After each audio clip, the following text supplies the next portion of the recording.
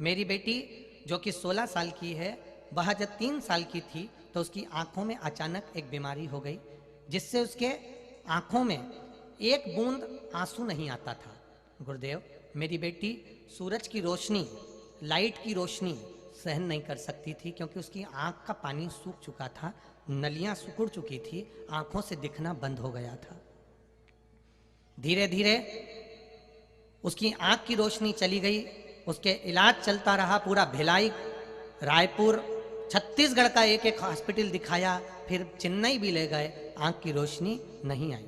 गुरुदेव, बाद में मालूम पड़ा कि हैदराबाद में कहीं आंखों का इलाज होता है, तो हम हैदराबाद लेकर गए, अमृतसर के हॉस्पिटल में भी उसको लेकर गए, परंतु उसको सफलता नहीं मिली।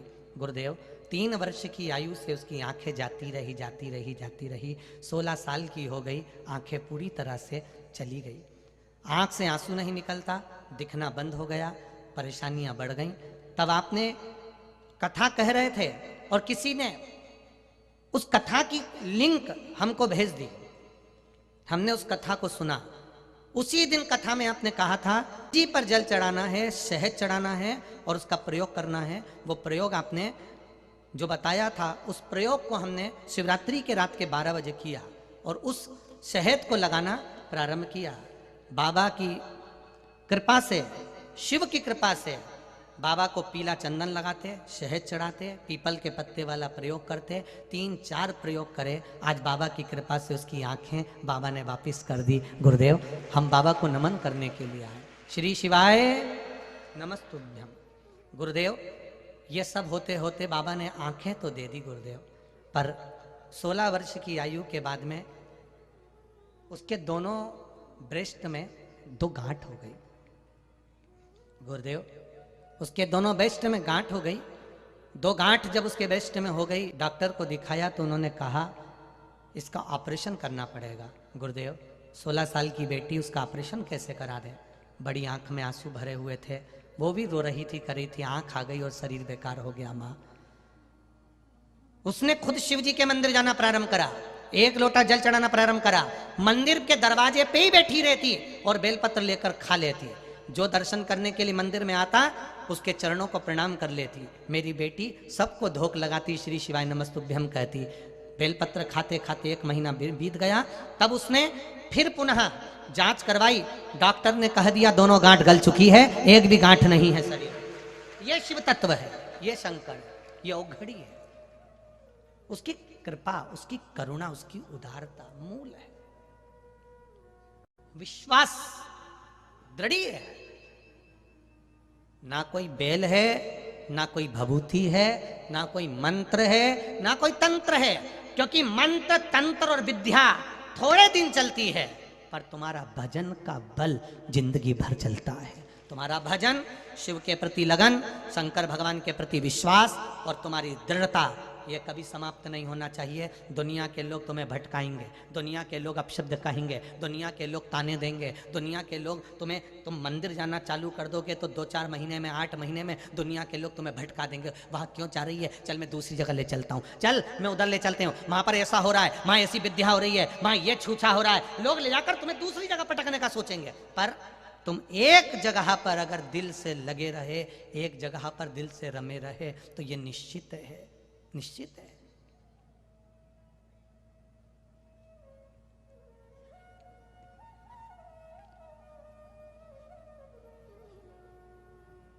जो चतुर होता है ना, एक कुएं में से पानी निकालना है, कुआं बहुत गहरा है, उस कुएं में से पानी निकालना है।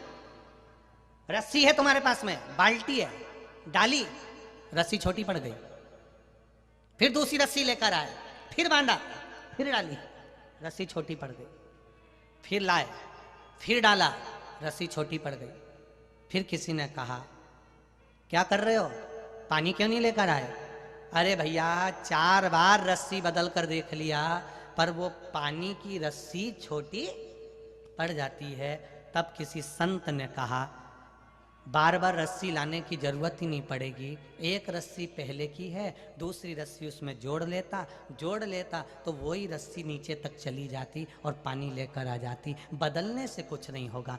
आप जिंदगी भर गुरुओं को बदलते रहो पूरी जिंदगी। कभी इधर चले गए, हमें सुख मिल गया, फिर पलट के उधर चले गए, उधर सुख मिल गया, फिर पलट कर उधर चले गए। ऐसे जिंदगी निकलने वाली नहीं। एक जगह पर दड़ी बने रहो, एक जगह पर निश्चित बने रहो। रस्सियां आती रहेंगी, जुड़ती रहेंगी, जाती रहेगी, जाएगी पानी निकाल कर लाएगी। कितनी भी रस्सियां बदल लो, उससे पानी नहीं आने वाला। पानी एक ही रस्सी नीचे तक चली जाए, उसमें जोड़ते जाओ। अपने विश्वास को, अपनी दृढ़ता को प्रबल करते चले जाओ।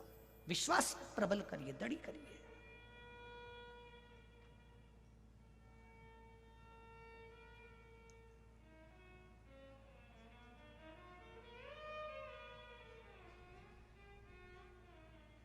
महाराज,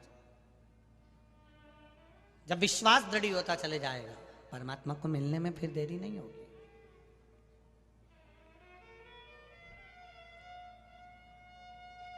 अभी तक भटक लिए। कोई ने कहा यहां चले जाओ, चले गए। कोई ने कहा वहां पर जादू हो रहा है, वहां चले जाओ, वहां चले गए। ये मदारी और जादू का खेल नहीं है शिव महापुराण की कथा, ये विश्वास का खेल है।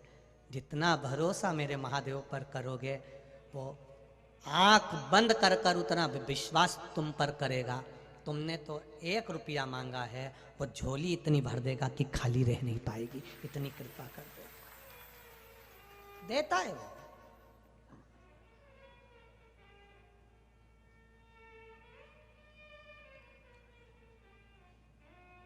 देवता देते हैं पल्ला झाड़ के, और महादेव देता है छप्पर फाड़ के। वो देव अधिदेव महादेव है। वो पल्ला झाड़ के नहीं देता कि तेरे भाग्य में कितना लिखा है, वो तो दे देता है, फिर भूल जाता है कि मैंने इसको दिया। आपको मालूम नहीं पड़ता कि आपकी जिंदगी के कितने दुख ऐसे हैं जो केवल जल चढ़ाने से समाप्त होते गए, तुम्हें मालूम नहीं पड़ने दिया भगवान ने।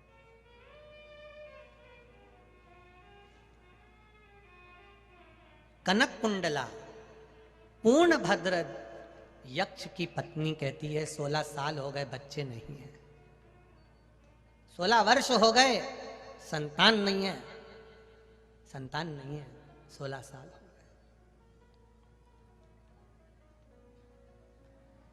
पूर्ण भद्र अपनी पत्नी से कहा, मुझे भी दुख होता है, ये राज्य कौन संभालेगा, ये सत्ता कौन संभालेगा। जब औलाद ही नहीं है तो फिर कौन संभालने वाला।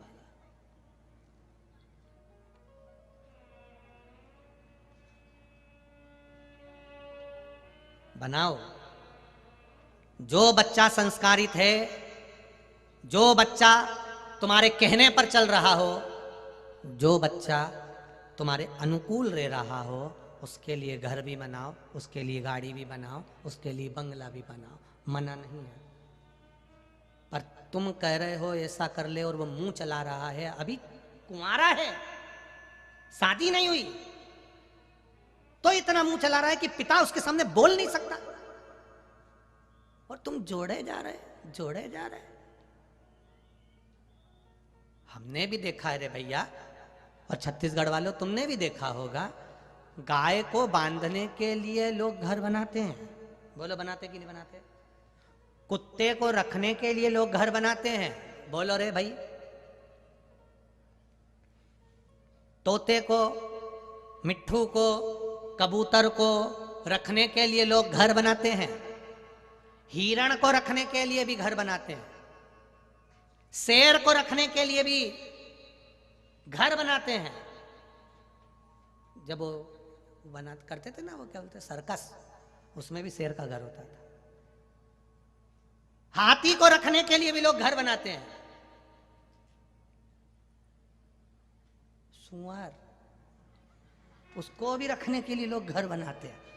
जो सुअर पालते हैं वो ऐसा एरिया बना देते हैं कि इतनी जगह में रहेगा, इतनी जगह। मछली को रखने के लिए भी लोग घर बनाते हैं। केवल एक ऐसा है जिसके लिए लोग घर नहीं बनाते, वो गधा है। कौन? जम के बोलो, गधा। गधे के लिए कभी कोई घर नहीं बनाता। तुम भी घर बनाना हाथी के लिए, शेर के लिए। तुम्हारी औलाद हाथी जैसी, शेर जैसी हो, तुमको लेकर चले, तुम्हारा सम्मान करे, तुम्हारा आदर करे, तुम्हारी बात कभी ना काटे। पिता ने कह दिया ऐसा तो औलाद कह दे ठीक है पापा मैं वैसा ही करूंगा। तो तुम घर बनाओ, वरना गधे के लिए। समझ गए क्या? बोलो बोलो जम के बोलो जरा, समझ गए? फिर गधे के लिए घर मत बनाना जो मुंह चला रहा है, झूठ बोल रहा है, प्रपंच कर रहा है, छल कर रहा है, बेईमानी कर रहा है, अपशब्द बोल रहा है, पिता को मारने के लिए अपशब्द कर कर गुस्सा कर कर दौड़ रहा है। किसके लिए बना रहे हो?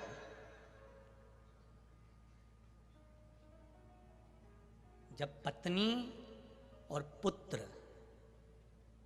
दोनों ही तुम्हारे विपरीत में चलें तो कुछ मत करना, शिव पुराण में जाना चालू कर देना।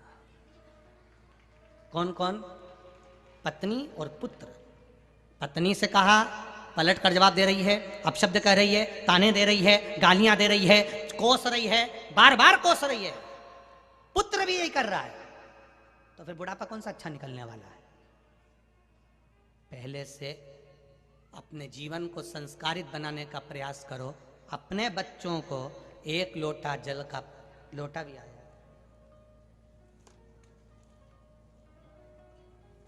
लोटा,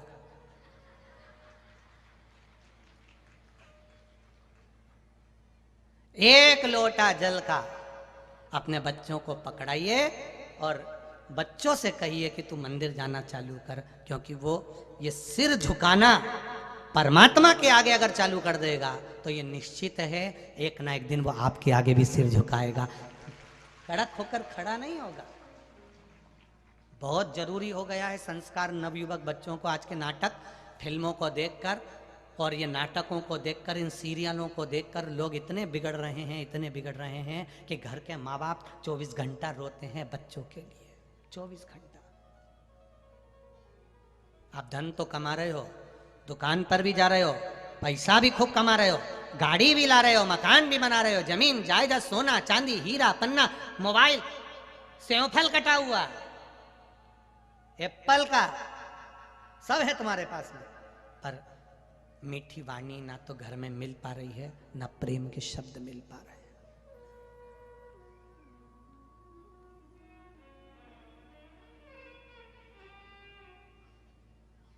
हम हमेशा कहते हैं कथा में अपनी कि शिव महापुराण की कथा कोई सुनने आए ना, तो हम कार्यकर्ताओं से भी कहते रहे हैं और केवल यहीं से, यहाँ तो कथा आज पूरी हो जाएगी, पर जहाँ जहाँ कथा है वो भी स्मरण में रखें अपनी, कि जब भी हम कहते हैं एक बात जरूर कहते हैं कि कोई कथा सुनने आया है ना, उससे मीठी वाणी में बात करिए, क्योंकि वो दिल से कितना धोखा खाया होगा, कितनी गालियाँ खाया होगा, कितनी चोट उसको हृदय में लगी होगी, तब मेरे भोले की शरण में आया होगा।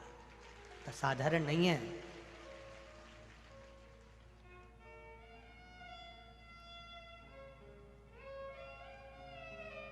दुनिया के सताए लोग यहाँ सीने से लगाए जाते हैं, दरबार में भोले बाबा के दुख दर्द मिटाए जाते हैं। उसकी शरण में जाकर हमारा कष्ट, हमारा दुख, हमारी तकलीफ मिटती है, उसका भजन कर। शिव कथा कह रही। कनक कुंडला ने कहा तुम रो क्यों रहे हो? मेरा राज्य कौन संभालेगा? सत्ता कौन संभालेगा? घर में औलाद नहीं, संतान नहीं। कनक कुंडला ने कहा मैंने किसी संत के मुख से सुना है अगर शिव चाहे तो सब कुछ दे सकता है। भगवान कृष्ण की 16,108 रानियां हैं। एक संतान नहीं हुई तब भगवान शंकर का अभिषेक कर कर 1,77,186 संतान हुई। भगवान राम जी ने भी सेतु बांध कर शंकर भगवान की आराधना कर कर लंका को जीत लिया था। आप विश्वास रखिए, अगर शिव कृपा कर दे, शंकर भगवान अगर करुणा कर दे तो संतान हो सकती है। तो पूर्ण भद्र ने कहा मेरी किस्मत में ही अगर संतान का सुख नहीं लिखा होगा तो शिवजी क्या कर पाएंगे। तब कनक कुंडला ने कहा ब्रह्मा जी की लेखनी को बदलने की भी अगर किसी में सामर्थ्यता है तो वो काल अधिपति महाकाल में है, कोई साधारण नहीं हो सकता।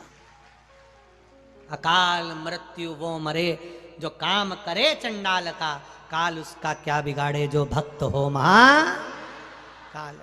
वो शिव है शंकर। ओ घड़ी बोल बम का नारा है,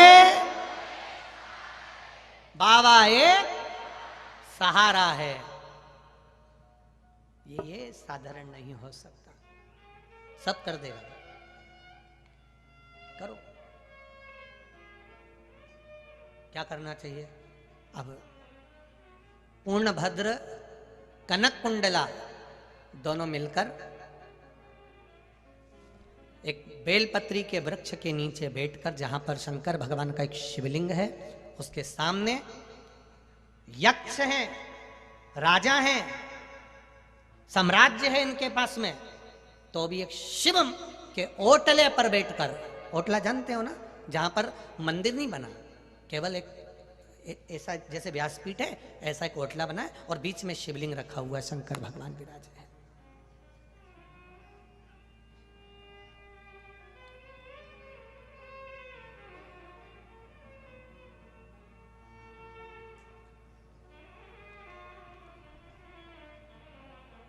एक पत्र है, अच्छा है।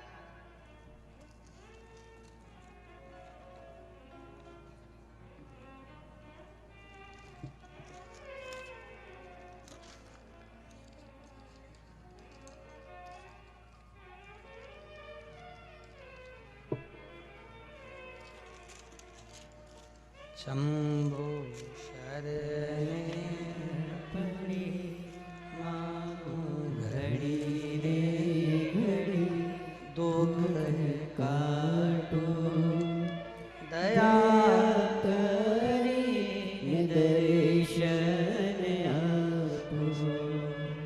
मैं पिंकी गंधर्व जिला मुंगेली तहसील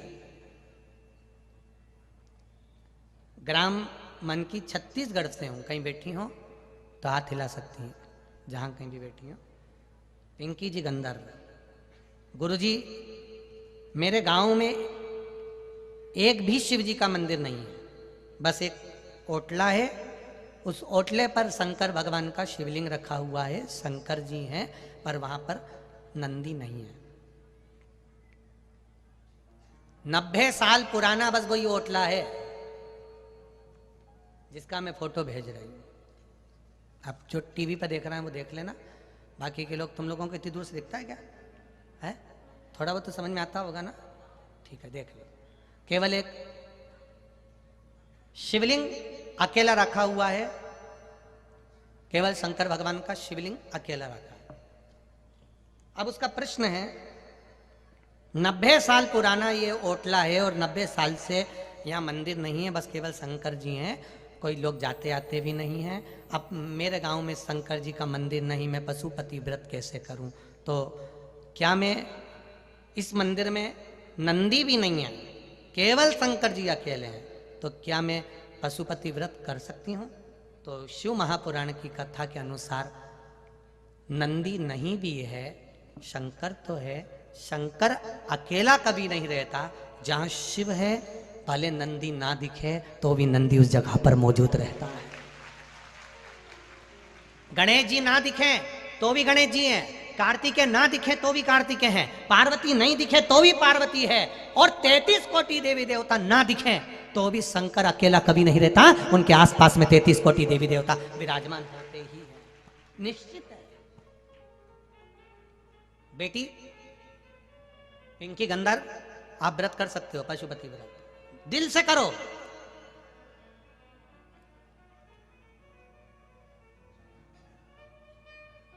अकेला बैठा है ना, बहुत शांति से है, तू भी पहुंच जा, दिल से व्रत करना। 90 साल की पुरानी मूर्ति है, 90 साल बाद अगर तू पानी चढ़ाएगी तो वो भी 90 साल का पुण्य तेरे खाते में दे देगा। क्यों चिंता करती है, जा उसकी शरण में। एकांत के जितने मंदिर है सब चालू होना चाहिए। हर मंदिर में शिव के भक्त जाना चाहिए, शंकर के उपासक जाना चाहिए। आप लोगों की तो आदत नहीं, हमारी तो थोड़ी सी आदत बड़ी बुरी है। हम लोग जब जाते हैं, वैसे तो ट्रेन से सफ़र करते हैं, और ट्रेन से या कभी योग बन जाता है गाड़ियों से भी जाते रहते हैं। तो गाड़ियों से जाते हैं तो कहीं एकांत में कोई होटला वोटला दिख जाता है शंकर जी का, और निगाह पड़ गई बाबा पर कि बाबा बैठे हैं, तो हम मन में सोच भी लेते हैं, वाह वाह प्रभु क्या बात है, क्या शान से बैठे हो। कोई नहीं, फिर भी हमने आपको देख लिया है, आपने हमको देख लिया, इसलिए हमने आपको देख लिया। नहीं तो हिम्मत एक प्रैक्टिकल करके देखना। तुम प्रैक्टिकल करना किसी और वाला, महाराज झूठ तो नहीं बोल रहा। तुम कहीं जाते जाते तुम्हारा ध्यान कहीं पर भी रखना। कोई व्यक्ति अगर तुमको देख रहा होगा ना, तुम यहीं प्रैक्टिकल कर लेना। कोई व्यक्ति अगर तुमको देख रहा है, बहुत देर तक देख रहा है, बहुत देर तक देख रहा है, बहुत देर तक देख रहा है, बहुत देर तक देख रहा है, तुम उसको नहीं देख रहा हो, वो बहुत देर तक देख रहा है, बहुत देर तक देख रहा है, तो एक ना एक बार, एक क्षण के लिए तुम्हारी निगाह उस पर चली ही जाएगी। ये निश्चित है, जाएगी। प्रैक्टिकल करना। कहीं सियोर वाला महाराज झूठ तो नहीं बोल रहा। एक बफेट पार्टी में जाना, शादी की पार्टी में, रिसेप्शन में जाओ, तुम अपना खाना खाओ, तुम अपने खाने में लगी रहो, जो तुमको देख रहा है, बहुत देर से देख रहा, बहुत देर से देख रहा, बहुत देर से देख रहा, बहुत देर से देख रहा, निगाह एक ना एक बार, भले पल्लू लेते समय, छोरा को संभालते समय, छोरी को संभालते समय, मोबाइल उठाते समय, पर निगाह उस पर चली ही जाएगी। ऐसा ही होता है जब हम सफ़र से जा रहे होते हैं, कहीं किसी मंदिर में, किसी ओटले पर हमारी दृष्टि चली जाए, तो समझ लेना वहाँ बैठा हुआ महादेव तुम पर दृष्टि बहुत देर से लगा कर बैठा था, इसलिए तुम्हारी दृष्टि वहाँ चली गई।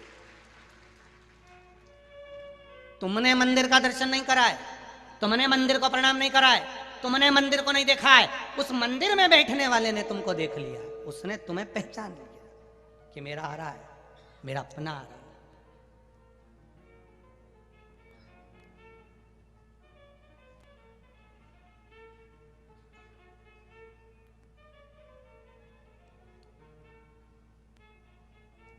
वो साधारण नहीं हो सकता, उसका तत्व सुंदर हो, उसका आनंद सुंदर।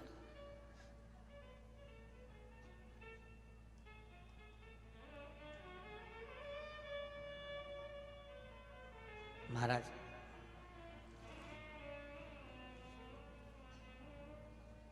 कनक कुंडला ने कहा कि शिव भक्ति करते हैं अपन, कोटला, उस पे शंकर जी का शिवालय, शिवलिंग रखा हुआ है, शिवालय रखा हुआ है। कनक कुंडला और पूर्णभद्र दोनों चले गए और दोनों ने भगवान की भक्ति करना प्रारंभ करा।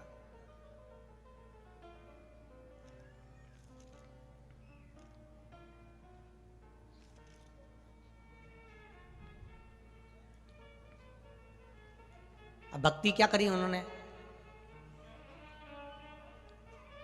ना तो जल चढ़ाया, ना बेलपत्री चढ़ाई, ना धतूरा चढ़ाया, ना पंचामृत चढ़ाया, फिर क्या चढ़ाया?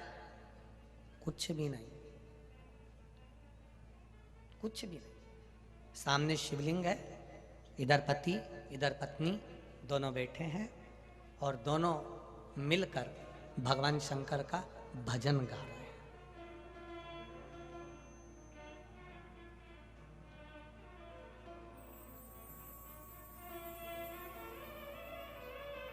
दोनों मिलकर भजन गा रहे हैं। महाराज ये गाते गाते अगर थक जाए तो ये गाना चालू कर देती है, ये गाते गाते थक जाए तो ये गाना चालू कर देती है। पहले जब पानी नहीं आता था, जल वृष्टि नहीं होती थी, तो खड़ी सत्ता होती थी। खड़ी सत्ता जानते हैं छत्तीसगढ़ के लोग? खड़ी सत्ता का मतलब होता है बैठ कर भजन नहीं करते थे लोग, माइक टंगा रहता था और ढोलक भी खड़े होकर बजाते थे, मंजीरे भी खड़े होकर बजाते थे। एक गा कर थक जाता था, फिर दूसरा चालू हो जाता था, दूसरा गा कर थक जाता था, तीसरा चालू हो जाता, तीसरा गा कर थक जाता था, फिर चौथा चालू होता। ऐसे 4-5 दिन 7 दिन तक खड़ी सत्ता चलती रहती। इधर होती कि नहीं होती मालूम नहीं, अखंड रामायण जैसा होती, इधर अखंड रामायण जैसा।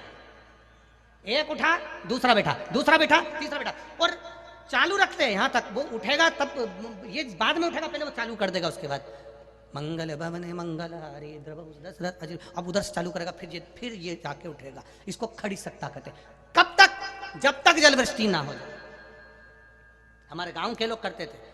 किसी ने गांव वालों से पूछा कि अखंड रामायण करने से क्या होता है, खड़ी सत्ता करने से क्या होता है? ये खड़ी सत्ता या अखंड रामायण का पाठ एक के बाद एक चालू रख रहे हो, ये किसने सिखाया? तो कोई बुजुर्ग होगा तो वो बता देगा कि हमको ये शिव महापुराण में सुनने को मिला था। पूर्ण भद्र की कथा में लिखा हुआ है कि पूर्ण भद्र और उसकी धर्मपत्नी कनक कुंडला दोनों ने अखंड पाठ चालू करा, अखंड पाठ, भगवान का अखंड भजन चालू करा। जब अखंड भजन चालू होता है तब परमात्मा को भी आना ही पड़ता है, तब जलवृष्टि करना ही पड़ती है। ये लोग जो पुराने लोग जो नियम बनाए हैं खड़ी सत्ता का, अखंड रामायण, ये नियम कोई हंसी का नियम नहीं है कि फालतू के नियम, ये पूर्व के नियम बने हुए हैं जो हमारे पूर्व के संतों ने, साधुओं ने, सन्यासियों ने, तपस्वियों ने, साधकों ने बनाए हैं। उस खड़ी सत्ता का आप दर्शन नहीं कर सकते तो एक बार शिव महापुराण में जाना। शिव महापुराण में रात्रि में 8 बजे 9 बजे जो भजन चालू होते हैं, एक मंडल गाते गाते थक जाए, दूसरा चालू हो जाता, दूसरा गाते गाते थक जाए, तीसरा चालू हो जाता, तीसरा थक जाए, चौथा चालू हो जाता। रात भर भगवान का भजन करते हैं, तब तो मेरा भोले बाबा यहाँ आने वालों की झोलियां भरकर भेज देता है। उनके भजन का बल बड़ा है, उनके कीर्तन का बल बड़ा है, उनके स्मरण का बल बड़ा है, उनकी भक्ति का बल बड़ा। अब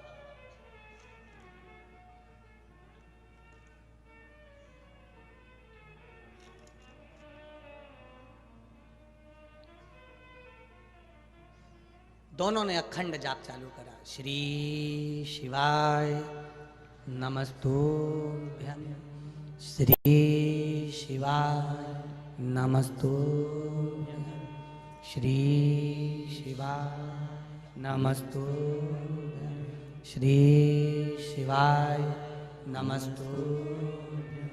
अखंड जाप चल रहा है।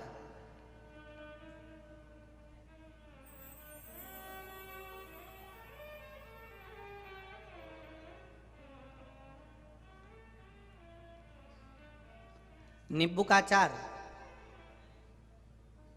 केरी का अचार, आम का, आंवले का अचार, मिर्ची का अचार, गोंदा का अचार, और क्या होता है जिसका तुम डाल लो। आंवला का बोल दिया, कटहल का अचार, गाजर का अचार है। हाँ, तुम डालते हो कि वो डालती? कितने आइडिया से बोले जा रहे राम जी भगवान। अब इतने अचार के नाम लिए हैं, इसमें से कौन सा अचार है जो सड़ता नहीं है?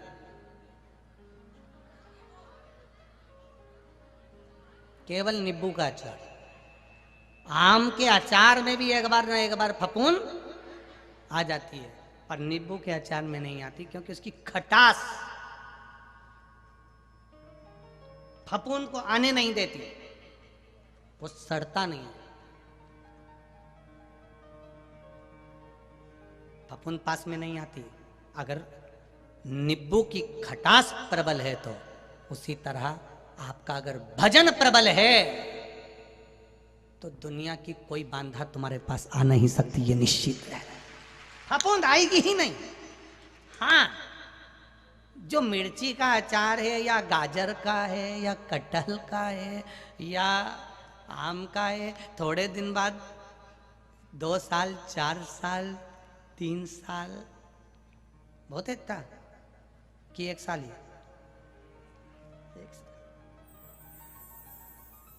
अखंड रखा है, खटास है उसमें, सड़ेगा नहीं, फफूंद नहीं पड़ेगी क्योंकि नींबू का है।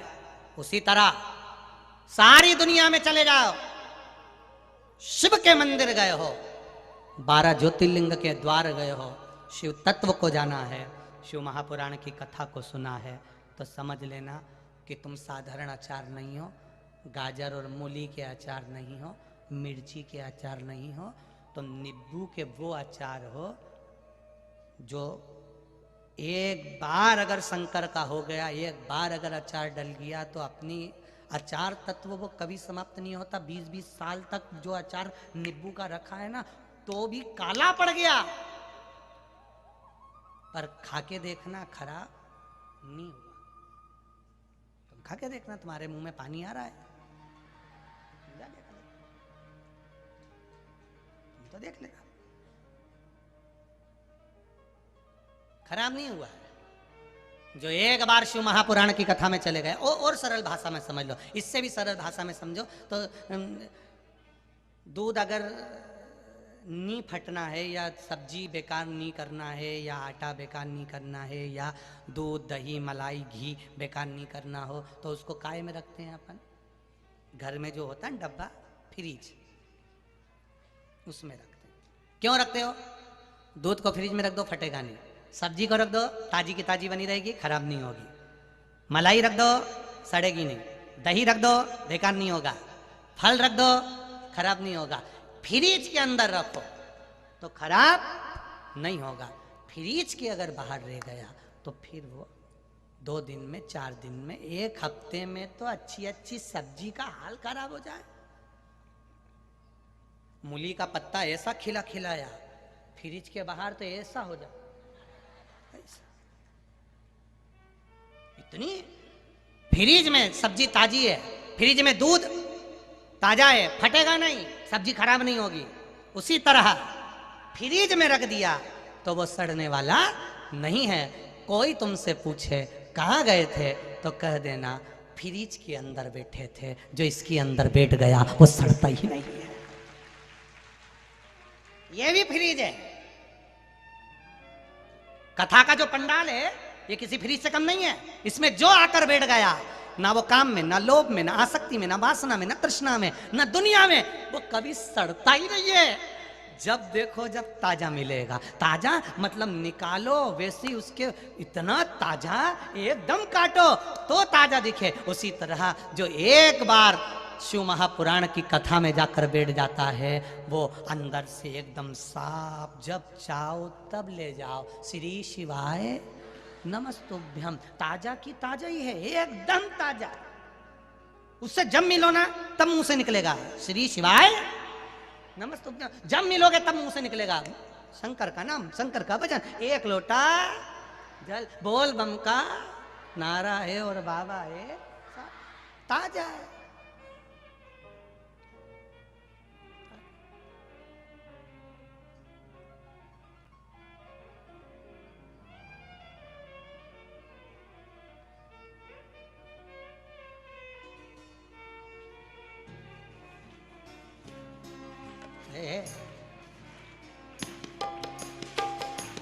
जय हो।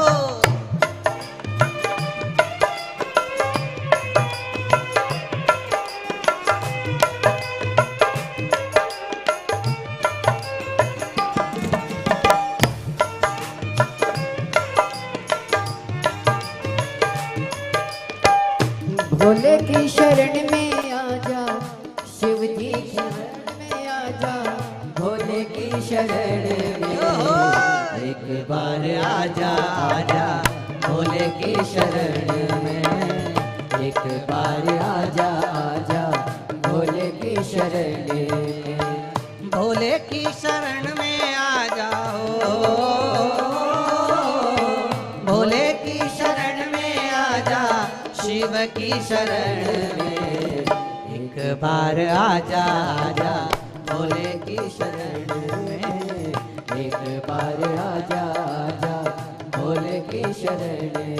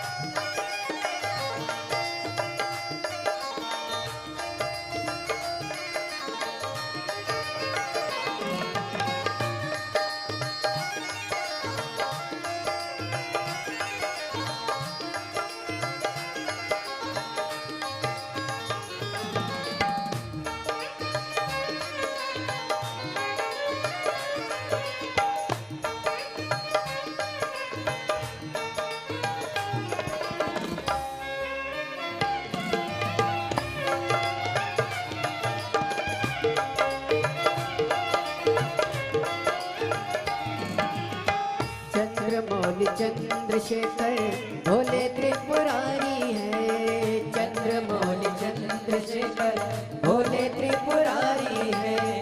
गले मुंडमाल राजे कल्प त्रिशूलधारी है, गले मुंडमाल राजे कल्प त्रिशूलधारी है। नंदी पे सवार ऐसे हो, नंदी पे सवार ऐसे भोले की शरण में, एक बार आजा आजा भोले की शरण में, एक बार आजा आजा भोले की शरण में। भोले की शरण में आजा, भोले की शरण में आजा, शंभू की शरण में एक बार आजा आजा भोले की शरण में, एक बार आजा आजा भोले की शरण में।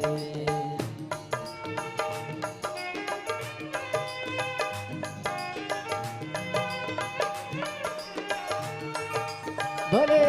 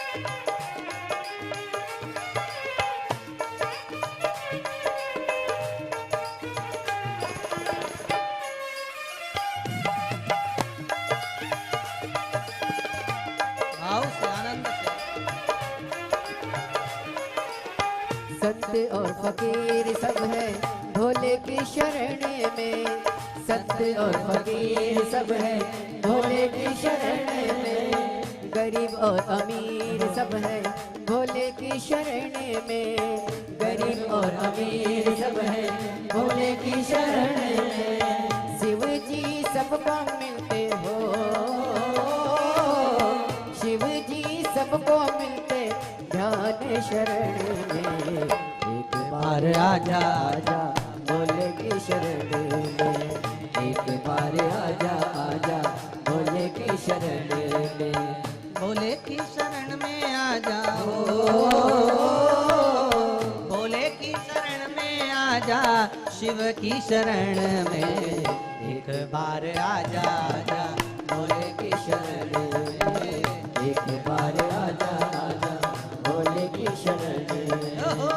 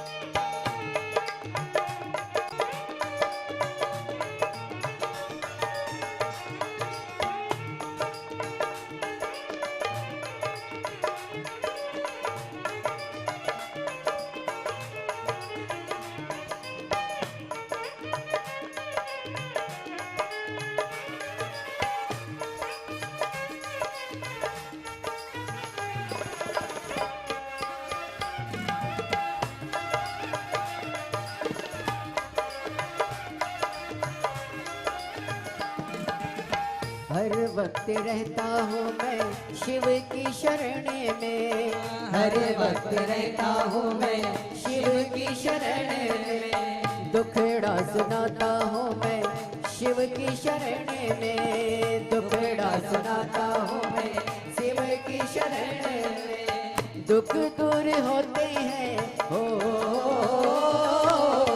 दुख दूर होते हैं शिव की शरण में, एक बार आजा आजा भोले की शरण में, एक बार आजा आजा भोले की शरण में, ओ शिव की शरण में आ जाओ, शिव की शरण में आ जा, भोले की शरण में एक बार आजा भोले की शरण में, एक बार आजा आजा भोले की शरण में। ओहो।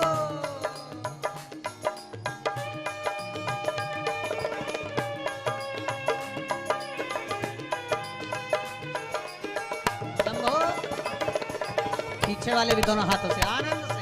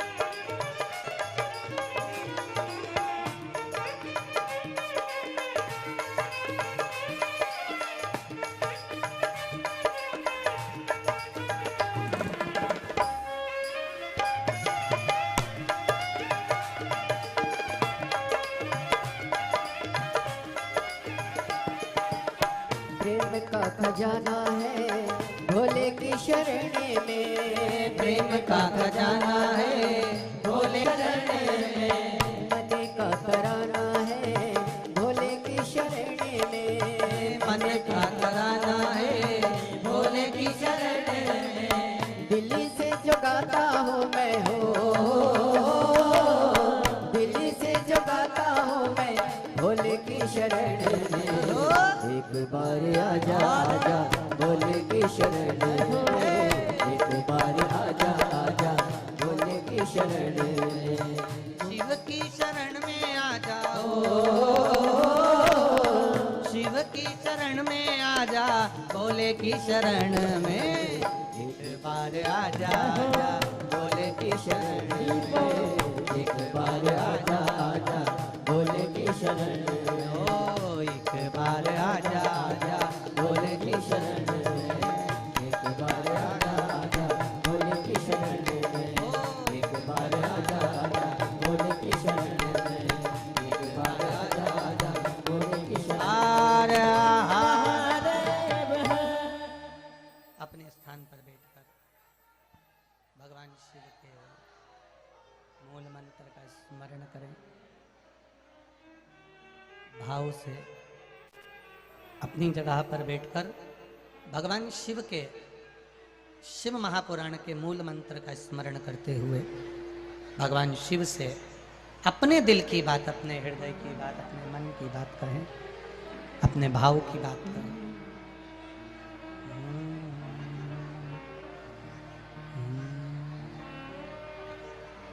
श्री शिवाय नमस्तुभ्यं, श्री शिवाय नमस्तुभ्यं, श्री शिवाय नमस्तुभ्यं, श्री शिवाय नमस्तुभ्यं, श्री शिवाय नमस्तुभ्यं। भोला सब दुख काटो मारा, ओ भोला सब दुख काटो मारा, शिव शंकर जपूं तेरी माला, भोले बाबा जपूं तेरी माला, भोला सब दुख काटो मारा, ओ भोला सब दुख काटो मारा। वैसे है मंगल मंगलकारी, वैसे है मंगल मंगलकारी, शमशान वासी हमारा, शमशान वासी हमारा, भोला सब दुख काटो मारा, ओ भोला सब दुख काटो मारा। भगवान शिव की कथा कर रहे, शिव तत्व कह रहा है, भगवान शंकर की करुणा कर रहे। पूर्णभद्र कनक कुंडला शिव मंदिर के ओटले पर बैठकर भगवान शंकर के शिवलिंग के सामने ओटले पर बैठकर भगवान शिव का केवल मंत्र जाप, नाम जाप और भजन कर रहे हैं, केवल भजन। अब कई लोग कहते हैं गुरुजी जल चढ़ाने से भगवान सुनता है, बेलपत्र चढ़ाने से भगवान सुनता है। तो यहाँ तो शिव महापुराण की कथा ये भी कहती है कि तुम काम करते करते भी अगर भगवान का भजन कर रहे हो, मंत्र जाप कर रहे हो, नाम जाप कर रहे हो, तो भी मेरा देव अधिदेव महादेव सुनता है, ये निश्चित है, वो श्रवण करता है, सुन रहा। मेरे भोले तेरा सहारा है, मेरी नैया का तू किनारा है, वो सुनता है। एक पत्र आया, देखो।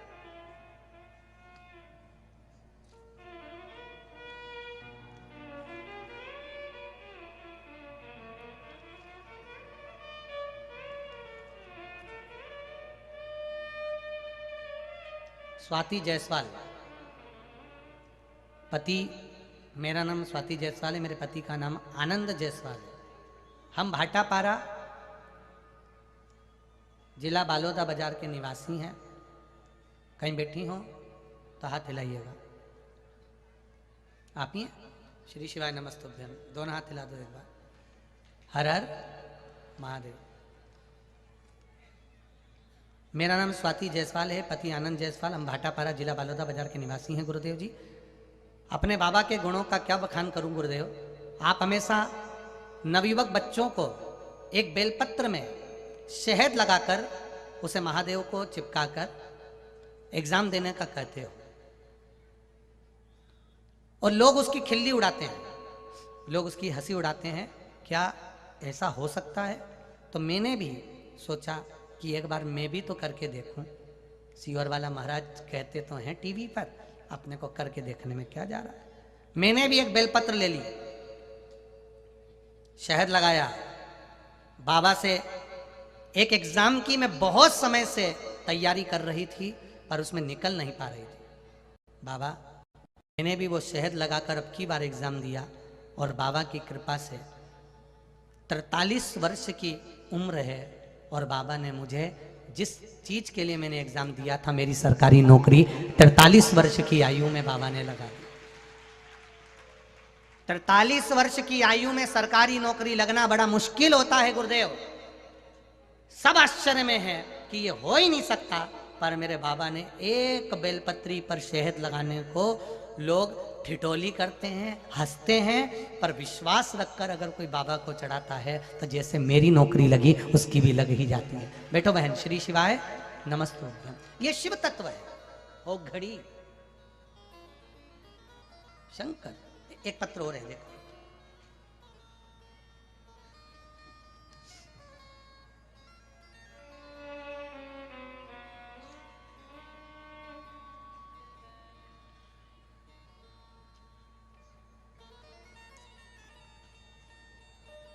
मेरा नाम चित्ररेखा यादव है।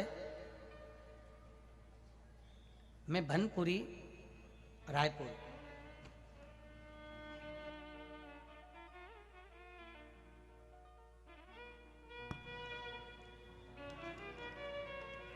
भनपुरी, रायपुर, छत्तीसगढ़ से आई हूं। कहीं बैठी हो तो हाथ हिलाइएगा। कहीं पर बैठी हो? चित्रलेखा यादव। दिख गई क्या? कहाँ बैठे? अच्छा, इस साइड है क्या? हाँ, दोनों हाथ हिला देना बेटी। मेरा नाम चित्रलेखा यादव है। मैं भानपुरी, रायपुर, छत्तीसगढ़ से आई हूँ। गुरुदेव, क्या बखान करूँ भोलेनाथ का। कुछ दिनों से मेरे गले में तकलीफ होने लगी थी, तो मैंने हॉस्पिटल में चेक करवाया तो डॉक्टरों ने बताया कि आपके गले में गठान हो गई है, उसका ऑपरेशन करना पड़ेगा और वो गठान जांच के लिए जाएगी। मैंने दूसरे हॉस्पिटल में चेक करवाया तो उन्होंने भी मुझे गठान बता दी। मैंने डॉक्टर साहब से कहा मुझे 15 दिन का समय दीजिए, 15 दिन की आप दवाई मुझे दे दीजिए। डॉक्टर ने 15 दिन की दवाई दे दी। एक हॉस्पिटल में नहीं गुरुदेव, 4 हॉस्पिटल में चेक करवाया। 15 दिन की मुझे दवाई दी गई। मैंने वो दवाई ले ली उनसे। मैंने कहा ऑपरेशन मैं बाद में कराऊंगी, और दवाई लेकर मैं घर आ गई। वो दवाई मैंने भोलेनाथ जी को चढ़ाकर कुंदकेश्वर महादेव के नाम से खाना चालू करा। शिव जी के मंदिर नहीं जाती थी, शिव के मंदिर जाना चालू करा। आप कहते हो गुरु जी दुख आता है तब मंदिर याद आता है, पर बाबा हमको जब बुलाता है तभी तो हम जा पाते हैं। शिव के मंदिर जाना चालू करा, बेलपत्र चढ़ाई, जल चढ़ाया, जल वहीं पर पी लेती थी, बेलपत्र लेकर घर पर आ जाती थी और उसको औषधि समझकर खाती थी। गुरुदेव, 15 दिन फिर मैंने वापस चेक करवाने के लिए गए, क्योंकि डॉक्टर ने कहा था कि 15 दिन बाद ऑपरेशन करना ही पड़ेगा। मैं वापस ऑपरेशन के हिसाब से तैयारी कर कर वापस डॉक्टर के पास गई और अपने परिवार वालों के साथ में गई। डॉक्टर ने जब जांच करना प्रारंभ करा तो सारी रिपोर्ट नॉर्मल आई, गठान गायब हो चुकी थी, गठान नहीं थी। शिव कृपा इसको कहते। बैठो बहन, श्री शिवाय नमस्तुभ्यम। शिव तत्व इसको कहते, भगवान शंकर का गुणगान इसको कहते।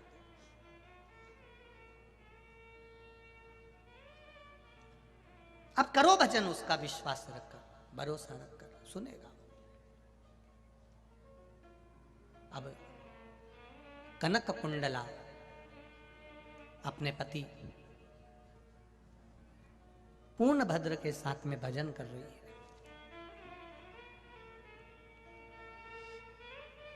हम तो आप लोगों से एक बात बहुत अच्छे से कहना चाहेंगे,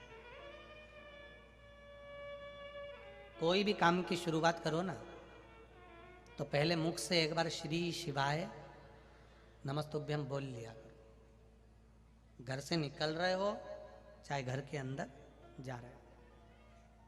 एक पत्र और है, देखो, केवल मंत्र जाप का देखिए।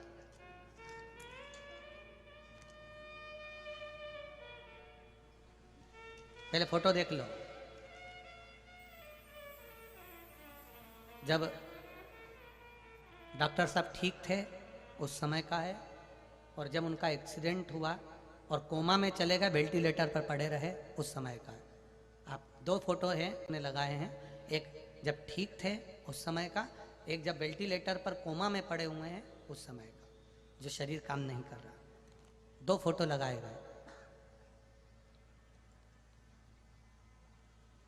एक जब वो ठीक थे उस समय का, और एक जब वो कोमा में चले गए, वेंटिलेटर पर पड़े रहे, उस समय का। मेरा नाम उषा वर्मा, मैं दुर्ग के रहने वाली हूँ गुरुजी। कहीं उषा वर्मा जी बैठी हो तो हाथ हिला दीजिएगा। उषा वर्मा, दोनों हाथ हिला देगा। श्री शिवाय नमस्ते। मेरा नाम उषा वर्मा, मैं दुर्ग की रहने वाली हूँ। मेरे भोलेनाथ ने मेरे शंभू की महिमा का क्या बखान करूँ। मेरे भाई डॉक्टर लेखराज वर्मा का सड़क दुर्घटना में एक्सीडेंट हो गया। एक्सीडेंट कार ने मेरे भाई को ऐसा पटका कि कोमा में ले जाकर डाल दिया। 17 दिन मेरा भाई कोमा में पड़ा रहा, न शरीर हिलता था, न काम करता था, वेंटिलेटर पर पड़ा हुआ था। तब उस समय पर आपकी कथा का स्मरण भी नहीं हुआ था हमको, हम कथा नहीं सुनते थे उस समय। तब किसी ने कथा के बारे में बताया और पशुपति व्रत के बारे में कोई देखने आया तो उसने बताया। तब मेरे भाई की पत्नी ने पशुपति व्रत करना प्रारंभ किया। गुरुदेव, डॉक्टर तो बोले थे कि कोई गारंटी नहीं है, कोमा से ये उठेगा, जीवित उठेगा, इसकी कोई गारंटी नहीं है। पर वेंटिलेटर पे से कोमा पे से मेरी भाभी ने पहला पशुपति व्रत करा, और पहला व्रत सोमवार का दिन था, जिस दिन कर भाभी जल लेकर और बेलपत्र लेकर आई और हॉस्पिटल में दे दिया। जल उसके मुख पर डॉक्टर से पूछकर लगा दिया, और बाबा की कृपा से उसी दिन से मेरे भाई को थोड़ी चेतना आना प्रारंभ हो गई और मेरा भाई शरीर हिलाने लगा। तब धीरे धीरे मेरा भाई ठीक होना प्रारंभ हो गया, और आज मेरा भाई पूर्ण तरह से ठीक है, अब आराम है। श्री शिवाय नमस्तुभ्यम। बैठिए। हर हर महा। दो फोटो लगाए गए, एक ठीक थे तब और एक वेंटिलेटर पर पड़े हैं कोमा में तब। शिव तत्व है, शंकर और घड़ी।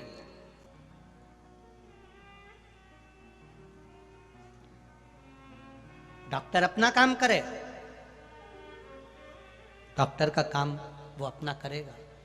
ऐसा नहीं कि डॉक्टर के पास नहीं जाना, डॉक्टर के पास तो जाना पड़ेगा, क्योंकि दवा के साथ में दुआ की जरूरत पड़ती है। दवा के साथ थोड़ी ना थोड़ी दुआ चाहिए, भगवान का भजन चाहिए। इस व्यासपीठ ने कभी यह नहीं कहा कि आप डॉक्टर को मत दिखाओ, दिखाओ, डॉक्टर की जांच भी कराओ, दवाइयां भी ले, पर वो दवाई लेकर भगवान से कहकर उसको औषधि के रूप में खाना प्रारंभ करो। दवाई खाओ पर भगवान से कहकर, भगवान इसको अमृत कर देना, तेरी कृपा।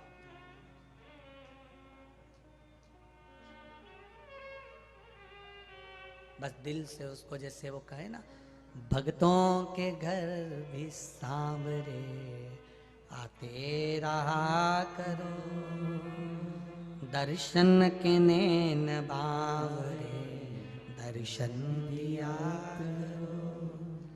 कहते हैं प्रेम से प्रभु छिल के भी खा गए, कहते हैं प्रेम से प्रभु छिलके भी खा गए, शबरी के झूठे भेद भी खाते रहा करो, दर्शन के नैन बावरे दर्शन दिया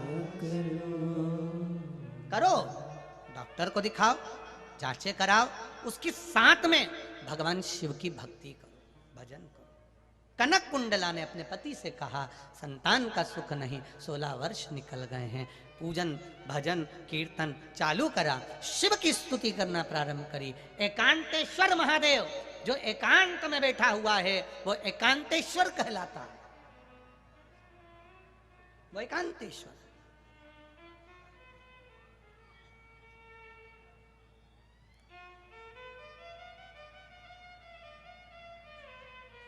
कुबेरेश्वर धाम सीहोर से 10 किलोमीटर दूरी पर है, एकांत। अब तो वहां पर बहुत सारे लोगों ने चाय की दुकान, कहीं काय की दुकान, कहीं काय की दुकान लगा ली है, नहीं तो वहां कुछ नहीं था, एकदम बाबा और बाबा के साथी। आज भी वहां बाबा के साथी बहुत है, आज भी हैं, बाबा के साथ में घूमते रहते हैं। भूमि उनकी है, कंकर शंकर है, भ्रमण करते ही रहते हैं। अब एकांत वहां पर वृंदावन जाओगे तो वहां बहुत सारे मंदिरों का दर्शन हो जाएगा। बोलो रीजी जी, सही है गलत है? काशी जाओगे तो वहां बहुत सारे मंदिरों का दर्शन हो जाएगा, हरिद्वार, प्रयागराज, उज्जैन, ओमकारेश्वर, बहुत सारे मंदिरों का दर्शन हो जाएगा। पर कुबेरेश्वर धाम जहाँ आओगे वहाँ केवल तुम्हें बहुत सारे मंदिरों के लिए नहीं आना पड़ेगा, वहाँ केवल एक कुबेरेश्वर बाबा के लिए, अकेले के लिए तुम चिन्हित कर कर आ रहे हो कि मुझे उनसे मिलने जाना है। जब एक व्यक्ति पर्सनल से मिलने जाते हो तो फिर वो भी सम्मान देता है, वो भी मान देता है, वो भी मान दे रहा है, वो भी सम्मान दे रहा है। हम केवल उससे मिलने जा रहे हैं, हम केवल उसकी शरणागति में जा रहे हैं। अब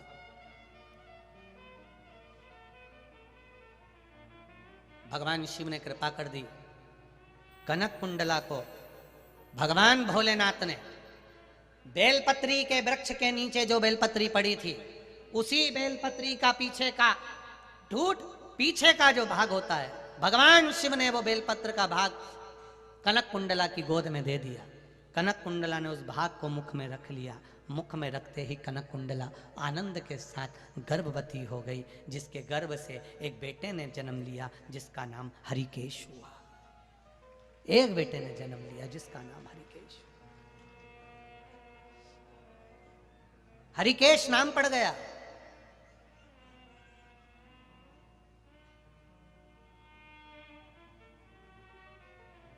जो शिव तत्व को जानता था, केवल गर्भ में भी माता पिता के संस्कारों से पला हुआ है, पोषित हुआ है।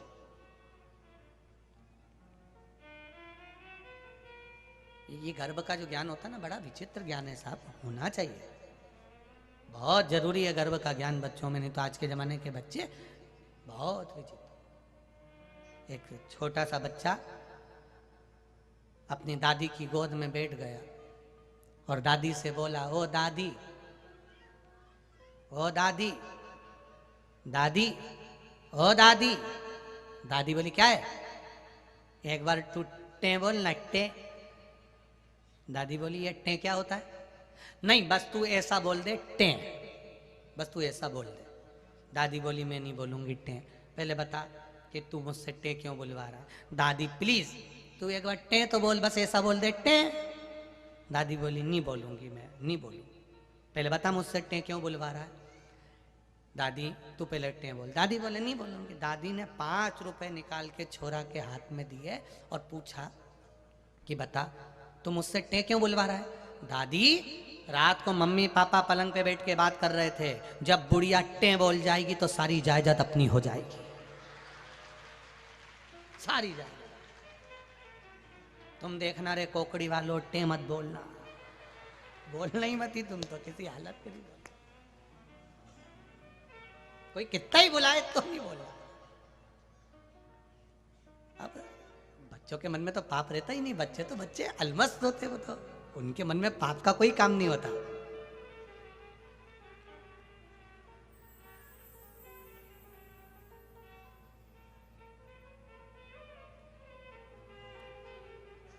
बच्चों के मन में कोई पाप नहीं है, कोई पाप।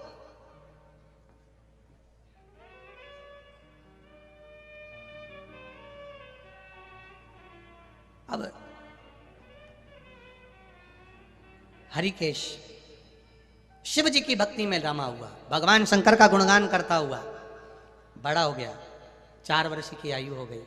भगवान के मंदिर का आनंद करता, सारी जगह जगह की मिट्टी उठा लाता, धूल उठा लाता, उसको पानी में घोल के उसका शिवलिंग बना लेता।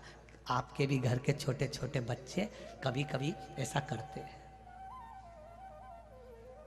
फिर उनको माँ चिल्लाती है, दादी चिल्लाती है, हाथ फट जाएंगे, क्यों मिट्टी में कर रहा है,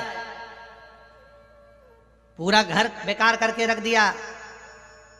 बच्चे जब मिट्टी उठाकर लाएं, धूल उठा के लाएं, पानी में घोलें, शिवलिंग बनाएं, तो तुम्हें प्रसन्न होना चाहिए कि तुम्हारे संस्कार ठीक है, तुम्हारे संस्कार श्रेष्ठ हैं। नहीं तो आज के जमाने के बच्चे, इनको ठेले पर लेके जाओ खिलौने के, यहाँ पे भी खिलौने की दुकान लगी होंगी, अपने अपने बच्चों को लेके जाना। उस खिलौने की दुकान पर गाड़ी भी है, घोड़ा भी है, लाइट वाला खिलौना भी है, उसमें बंदूक भी रखी है, उसमें सामान भी रखा है, झुनझुना भी रखा है, फिरकी भी रखी है, हेलीकॉप्टर भी रखा है, हवाई जहाज भी रखा है। उस खिलौने की दुकान पर सब कुछ रखा है। सारा खिलौना फैला दो और तुम्हारे घर के बच्चों को कह दो, बता तुझे क्या चाहिए। आज के बच्चे सबसे पहले बंदूक ही उठाते हैं, खिलौना नहीं उठाएंगे। वो फिरकी नहीं चाहिए उनको, झुंझुना नहीं चाहिए उनको, वो बंदूक उठाएंगे। क्यों? क्योंकि गर्भ में था तब माँ ने जितने सीरियल देखे, जितने नाटक देखे, जितनी फिल्म देखी, उसमें वो बंदूक की बंदूक दिखाई गई है। तो बच्चों को भी वही पसंद आती है। छोटे से छोटे बच्चों को भी बंदूक दिखा दो, होली के समय की पिचकारी लेने जाओ और ऐसी कहीं की भाटा की पिचकारी ले आओ, कोई पिचकारी ले, बच्चे लेंगे नहीं। बच्चों को बंदूक वाली पिचकारी चाहिए, बंदूक वाली।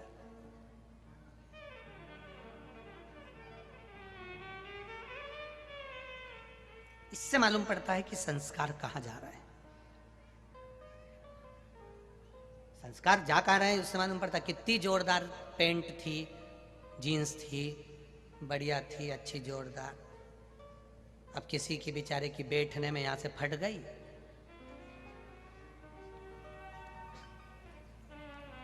दूसरे ने देखी, उसने कहा तेरी पेंट यहां से फट गई है, वो तो डिजाइन है, डिजाइन। तो दूसरा आया तो उसने और 2-4 जगह से फाड़ ली, डिजाइन है। शरीर मर्यादा के अंतर्गत वस्त्र से ढका हुआ रहे तो समझ लेना। फिर एक बात कहेंगे,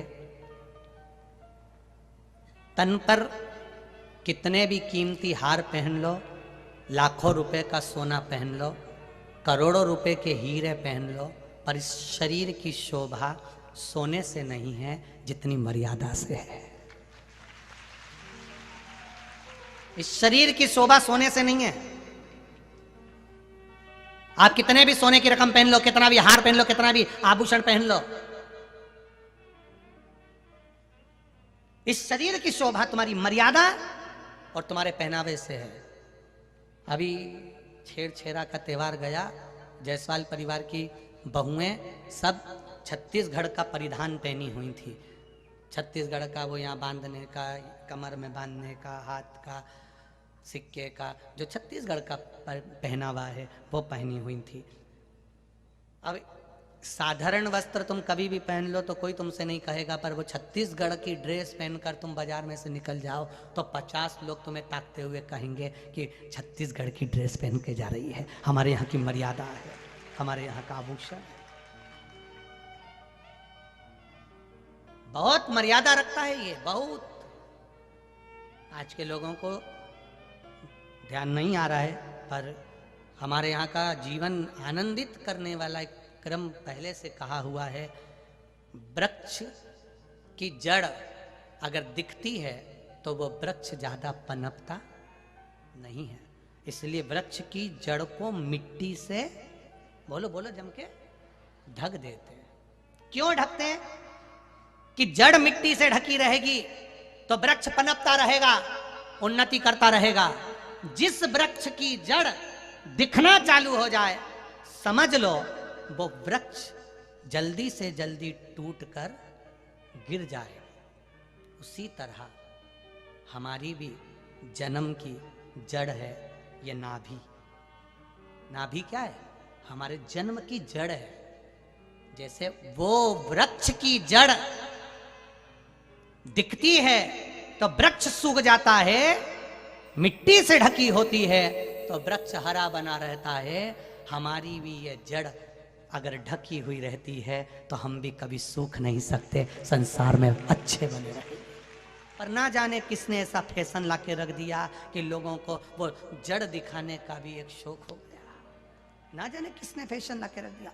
छत्तीसगढ़ का पहनावा, मेरे छत्तीसगढ़ की माताओं ने जो छेरा में पहनावा पहना था, उसका वस्त्र ऐसा ढका था और पट्टा भी यहां पर बंधा हुआ था, जिससे हमारे मर्यादा के वस्त्र पहने जाएं, जिससे वृक्ष की जड़ दिखेगी तो वृक्ष सूख जाएगा और इंसान की जड़ दिखेगी तो इंसान बेकार हो जाएगा। उसको बचाया गया, ये पहनावा है। चाहे छत्तीसगढ़ का हो, चाहे राजस्थान का हो, चाहे गुजरात का हो, चाहे मध्य प्रदेश मालवा का हो, उस पहनावे का एक आनंद होता है। महाराष्ट्र का पहनावा देख लीजिए, पहनावे का आनंद होता है। उत्तराखंड का देख लीजिए, उत्तर प्रदेश का देख लीजिए, एक पहनावे का आनंद होता है। पर लोगों ने उसको बर्बाद करना चाहा है। ये जितनी फिल्में बन रही है ना, लोगों को ये बर्बाद करने का ये बहुत, हम तो कहेंगे बहुत अच्छा हो रहा है, बहुत अच्छा हो रहा है। ये इन सभी फिल्मों का जो बार बार विरोध हो रहा है ना, बहुत अच्छा हो रहा है। एक दो बार समझ में आएगा ना तो वस्त्र अपने आप पहनाने लगेंगे कि कैसे वस्त्र पहनाए जाते हैं। बहुत अच्छा हो रहा है। मैं धन्यवाद दूंगा सारे सनातन धर्म के जितने भी क्रम बने हुए हैं, चाहे वो राष्ट्रीय स्वयं संघ हो, चाहे बजरंग दल हो, चाहे कोई हो, कोई हिंदू धर्म को, सनातन धर्म को जो आगे बढ़ाने वाले जितने भी क्रम हैं, उनको धन्यवाद दूंगा। आपने विरोध करा, बहुत अच्छा करा। कम से कम 2 बार 4 बार अपने आप फिल्म इनकी फ्लॉप होगी, अपने आप लड़कियों को अच्छे कपड़े पहनाना चालू करेंगे और अच्छे संस्कार। बहुत अच्छा करा। वस्त्र का तरीका बदल रहा है, घर में बोलने का तरीका बदल रहा है। घर में लोग अपने माँ बाप से, जैसे वो सीरियल और नाटक में जैसा व्यवहार होता है, वैसा वो अपने घर में माँ बाप से कर रहा है। बोलने का तरीका बदल रहा है, पति पत्नी के बोलने का तरीका बदल रहा है। ये चोरी करना, गलत काम करना, गलत चीजें, ये किसने सिखाई? सब ये फिल्मों से आई है सब। क्या पहले के जमाने में चांदी की ईंटें नहीं होती थी, सोने के आभूषण नहीं होते थे, जेवर नहीं होते थे? क्या पहले के समय में लोग सेठ नहीं होते थे? होते थे, पर मर्यादा रहती थी। पर अब घर घर में लुटेरे बिठा दिए, घर घर। हरिकेश ने मिट्टी लाकर शिवलिंग बनाया, पूजन करी, और उस पूजन का फल हरिकेश ने पाया, उसका मन शिव में लग गया। पिताजी ने उसको राज सिंहासन देना चाहा, नहीं पिताजी, मेरा जन्म शिव के द्वारा हुआ है, मैं शंकर की भक्ति काशी में करूंगा। काशी चले गए। काशी में इतना तप करा, शंकर पार्वती घूम कर जा रहे थे, उन्होंने वर दे दिया, हरिकेश हम तुझे वर प्रदान करते हैं, काशी में पुण्य और पाप का लेखा तेरे पास होगा, तेरा नाम दंड नायक होगा, तेरा नाम दंड नायक, जिसको दंड पानी भी कहते हैं, दंड पानी।